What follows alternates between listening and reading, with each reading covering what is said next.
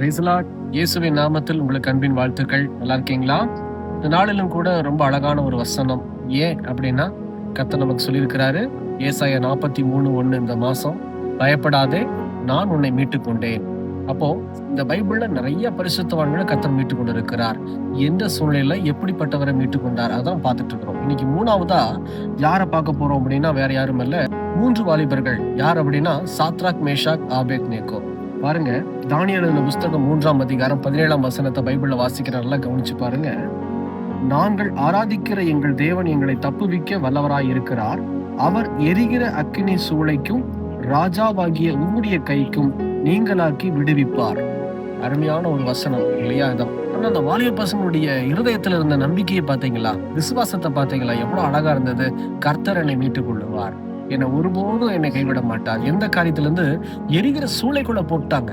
ராஜா தன் வார்த்தைக்கு பசங்க கீழ்ப்படிக்கல அப்படின்னோடனே கோபம் அடைந்து கட்டளையிடுறாரு, எரிகிற சூளைக்குள்ள தூக்கி போடுங்கன்னு சொல்லி. அதுவும் அந்த சூளை பயங்கரமா அதிக பிரஷர், நெருப்பு அக்கினி கொழுந்து விட்டு எரியுது. அந்த சூழ்நிலையிலையும் தூக்கி போடும் போது இதோ அந்த 3 வாலிப பசங்களோடும் கூட கர்த்தர் உலாவினார். நல்லா வசனத்தை நல்லா வாசிச்சு பாருங்க. இந்த 3 வாலிப பசங்களோடு கூட தேவதூதன் சாயல்ல கர்த்தர் உலாவி இருக்கிறார். அந்த நேபுகாத்நேசர் குனிஞ்சு பார்க்கும் போது தான் தெரியுது, நான் தூக்கி உள்ள போட்டது 3 பேர், ஆனா 4 பேரா இருக்கிறாங்களே, அதிலும் 4வது நபர் தேவபுத்திரருடைய சாயலுக்கு ஈடா இருக்கிறாரே அப்படின்னு சொல்லிதான் நெருப்பு அணைக்க சொல்றாங்க. நெருப்பு அணைக்க சொல்லி வாலிப பசங்களை வெளியில வர சொல்றாங்க. அந்த நெருப்பினுடைய ஒரு புகையினுடைய வாசனையோ, நெருப்பினுடைய எந்த தீங்கோ பசங்களை துக்கப்படுத்தாதபடிக்கு அவங்க பாதுகாப்பாய் வெளியே கடந்து வருகிறதை நேபுகாத்நேசர் கண்டு அந்த இடத்துல தேவனை மேம்படுத்துகிறார். இதை நான் ஏன் சொல்றேன் அப்படின்னா, நம்மளை சுத்தி நிறைய பிரச்சனை இருக்கும். நான் மறுபடியும் சொல்றேன், உங்களை என்னையும் சுத்தி பிரச்சனை இருக்காம இருக்கவே இருக்காது. பிரச்சனைகளை கர்த்தர் ஒரு சில காரியங்களை அனுமதி கொடுக்கிறார். ஏன் அப்படின்னா, எந்நேரமும் தேவனை தேடுவதற்காக தேவன் நமக்கு ஒரு சில பிரச்சனை அனுமதி கொடுப்பாரு. ஆனாலும் நம்மை மீட்டுக் கொள்ளுவார், ஒரு பிரச்சனையிலும் மாட்டாதபடிக்கு. பாருங்க, அந்த நெருப்பு எரியுது, கொழுந்து விட்டு எரியுது. இத்தனைக்கும் அந்த 3 வாலிப பசங்களை தூக்கிட்டு வந்த ஒரு நபர் இறந்து போயிட்டார், அந்த சூடு தாங்க முடியாம. அதுல தேவன் அவங்களை மீட்டு கொண்டு இருக்கிறார். முதல் சம்பவம். 2வது, கட்டி கையும் காலையும் கட்டி உள்ள போட்டிருக்கிறாங்க. ஆனா நேபுகாத்நேசர் பார்க்கும்போது முதல்ல கட்டுகள் உடைக்கப்பட்டு விடுதலையாக்கப்பட்டிருக்கிறாங்க. தேவன் அந்த கட்டுகளை உடைச்சு விடுதலையாக்கி இருக்கிறார், மீட்டு கொண்டு இருக்கிறார். அடுத்து நடக்குது, அந்த நெருப்பினுடைய ஒரு சின்ன கருப்பு கருப்பா ஒரு தூசி மாதிரி இருக்கும், அந்த தூசி கூட மேல விழுகல.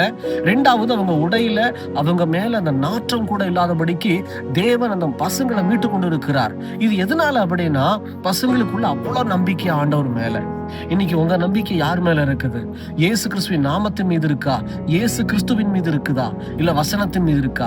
எல்லாமே ஒண்ணுதான் இல்லையா? இந்த வசனத்தின் மீது நீங்க உங்க நம்பிக்கை இருக்குமானால், இயேசு கிறிஸ்துவின் நாமத்தின் மீது உங்களுக்கு நம்பிக்கை இருக்குமானா, உங்களை சூழ்ந்திருக்கிற எந்த பிரச்சனையா இருந்தாலும் கர்த்தர் உங்களை ஒருபோது என்ன செய்ய மாட்டாரு? கைவிடவே மாட்டார், கூடவே இருப்பார். உங்க அழுகையில, உங்க தனிமையில, பிரச்சனையில, வியாதியில, ஏதோ என்ன பிரச்சனையா இருந்தாலும் சரி, என்ன காரியமா இருந்தாலும் சரி, நான் சொல்றேன், உங்களுடைய வாழ்க்கை இயேசு கிறிஸ்துவை சார்ந்து இருக்குமானால் கர்த்தர் உங்க கூடவே இருந்து என்ன செய்வார் அப்படின்னா, சகலத்திலும் உங்களை மீட்டு கொண்டு, அந்த பசங்க சாட்சியா இருந்தது போல நாமும் அநேகருக்கு முன்னாடி சாட்சியா இருப்போம். நேபுகாத்நேசர் இந்த சாட்சியை பாருங்க, எல்லா ஜனங்களுக்கும் பகிர்ந்து கொள்ளுகிறார். அவருடைய நாமம் மயப்படுகிறது. அதே மாதிரிதான் நம்ம மூலயமா கர்த்தர் மயப்பட விரும்புகிறார். பிரியமான ஜனமே, அதுக்காக தான் ஆண்டவர் இன்னைக்கு உங்களை என்னை பார்த்து சொல்றார், பயப்படாதே நான் உன்னை மீட்டு கொண்டேன் என்று சொல்லி. ஒப்பு கொடுக்கலாமா? கண்களை மூடி. எங்களை நேசிக்கிற நல்ல ஆண்டவரே, இந்த வேலைக்காக ஸ்தோத்திரம். சாத்ராக், மேஷாக், ஆபேத்நேகோ போல உங்க மேல நம்பிக்கையா இருக்கணும், உங்க நாமத்தின் மீது நம்பிக்கையா இருக்கணும். தினமும் ஆண்டவரை பைபிள் வாசிச்சு ஜெபிச்சு, ஆண்டவர் இந்த வசனத்துக்கு நாங்க கீழ்ப்படி அர்ப்பணிக்கிறோம்னு சொல்லி அர்ப்பணிக்கிற ஒவ்வொருத்தரையும் கர்த்தர் தொடுவீராக. சாத்ராக், மேஷாக், ஆபேத்நேகோவை ஆண்டவரை எப்படி மீட்டு கொண்டீரோ அப்படியாகவே உங்களை நம்பி இருக்கிற பிள்ளைகளை மீட்டு கொண்டு சாட்சியாய் கர்த்தர் நடத்துவீராக. இப்படி வருகைக்கு நாங்கள் ஆயத்தப்படுத்த எங்களை தாழ்த்துறோம். உங்க நாமம் மட்டும் உயரட்டும், மகிழ்படட்டும். இயேசுவின் நாமத்தில் பிதாவே, ஆமென், ஆமென். தொடர்ச்சியா ஜெபம் பண்ணுங்க, நம்பிக்கையா இருங்க. கர்த்தர் உங்களை கொண்டு, என்னை கொண்டு பெரிய காரியங்களை செய்ய ஆவலாக இருக்கிறார். கர்த்தர் உங்களை ஆசீர்வதிப்பாராக. God bless you.